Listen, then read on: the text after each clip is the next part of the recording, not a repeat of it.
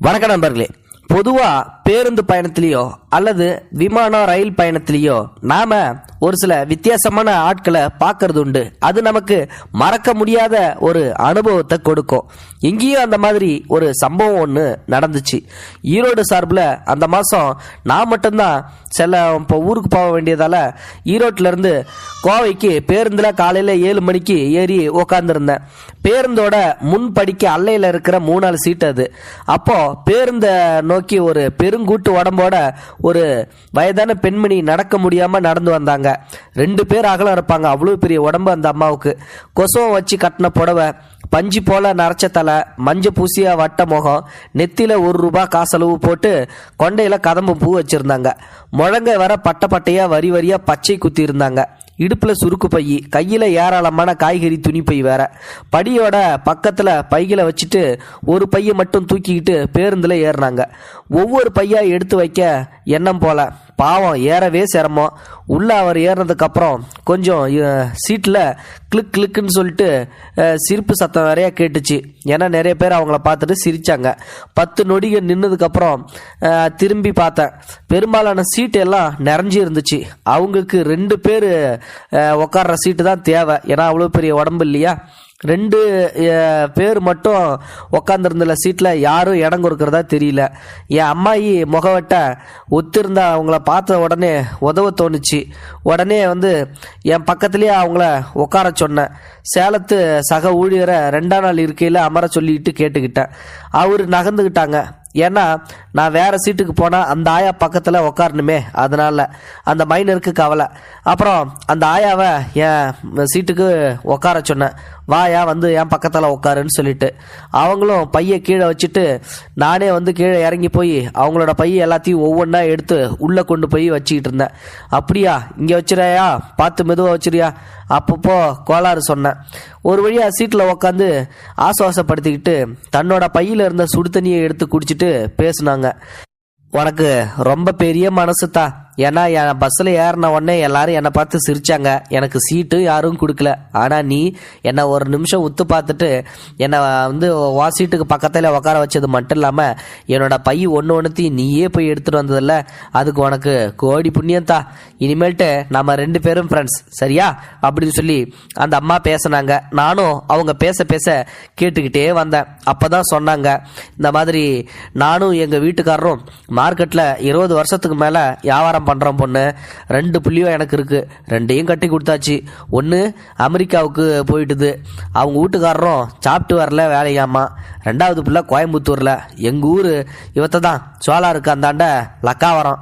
நான் திருவள்ளிமங்கல ஆயா, உங்கள் ஊருக்கு அக்கறை. ஓ சரி சரி கண்ணு. அந்த காலத்தில் எங்கள் மாமனார் சாராயம் குடிக்க உங்கள் ஊர் ஆத்தோரம் பரசத்தைக்கு தான் போவார்.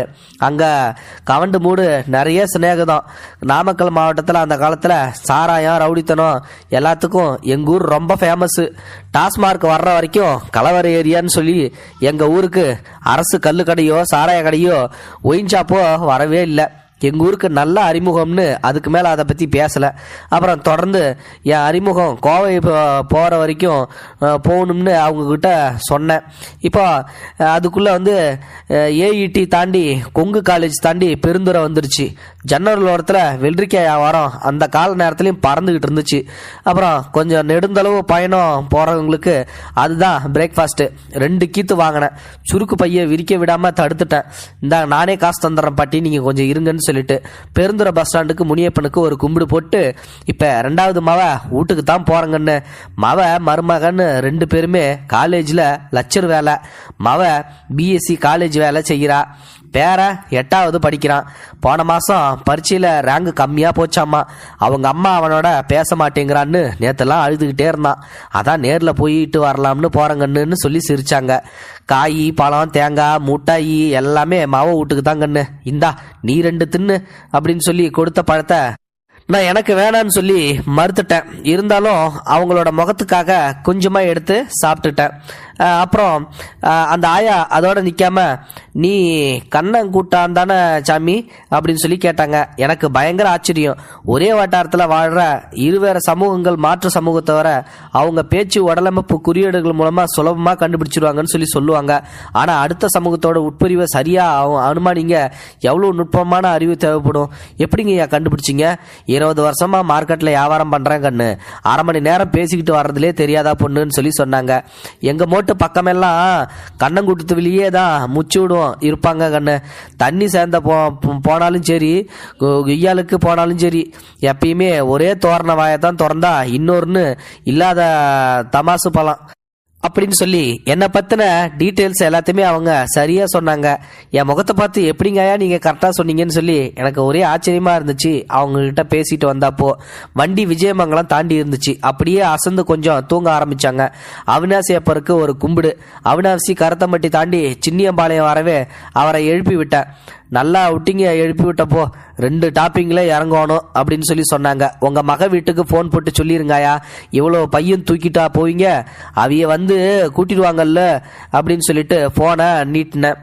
அப்போ வந்து பார்த்தீங்கன்னா செல்லு வந்து பயன்பாட்டுக்கு கிடையாது. அந்த நேரத்தில் எழுதியிருந்த நம்பரை கொடுத்து போட சொன்னாங்க. பேசுனாங்க. இப்போ என்னையா சம்பாதிக்கிறியா நீயே அப்படின்னு சொல்லி கேட்டாங்க. நானும் சொன்னேன், மனசார சொல்கிறேன், நீ வேணா பாரு, நான் சொல்கிறது கண்டு சொன்னால் நடக்கும். இப்போவும் இன்னமும் 10 மடங்கு நீ சம்பாதிப்ப. கை கால் சுகத்தோட நீ தீர்க்காயுசா பிள்ளைகுட்டிகளோட தோட்டம் துறசுன்னு சொத்து சுகத்தோட நல்ல பழப்பாக வாழணும். லக்காவரம் வந்த 4 ரோட்டு பக்கம் மேக்கத்துக்கு ரச்சாயா வீடு எதுக்குன்னு கேட்டிங்கன்னா வீட்டுக்கே கொண்டாந்து விட்டுருவாங்க சாமி. கண்டு குசுனா வீட்டுக்கு வரணும் அப்படின்னு சொல்லி சொன்னாங்க. அந்த ஆயாவோட பேசுனது எனக்கு இந்த பயணம் உண்மையிலுமே இனிமையாக இருந்துச்சு. அந்த ஆயாவை பார்த்த ஒரு நிமிஷம் முதல்ல நானே என்னடா இவங்க பஸ்ஸுக்குள்ளே ஏறாங்களே, நம்ம சீட்டுக்கு பக்கத்தில் வந்து உட்காந்துருங்களோன்னு நினச்சேன். ஆனால் அவங்களோட முகம் என்னமோ எங்கள் அப்பத்தா மாதிரி இருந்ததால அவங்கள கூப்பிட்டு பக்கத்தில் உட்கார வச்சுது இன்னைக்கு எனக்கே இந்த பயணத்தை ஒரு இனிமையான பயணமாக கொடுத்துருச்சு. அவங்களோட ஒரு செல்ஃபியும் எடுத்துக்கிட்டேன். அதுக்கப்புறம் கோவை மெடிக்கல் கல்லூரி நிறுத்தம் வந்ததும் அவங்களோட பைகளை இறக்கி வச்சுட்டு அவங்க இறங்கு கை கொடுத்து இறக்கி விட்டுட்டு பஸ்ஸில் ஏறிக்கிட்டேன். நான் போயிட்டு வரேங்கன்னு கையை செஞ்சாங்க. இந்த பயணம் என்னால் மறக்கவே முடியாது.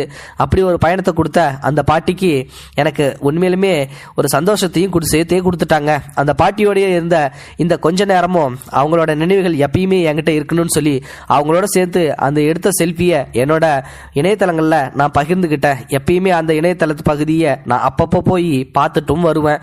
இந்த மாதிரி ஒரு குட்டி ஸ்டோரியை ஒரு பெண் ஒருத்தங்க தன்னோட முகநூல் பதிவில் பதிவிட்டிருக்காங்க.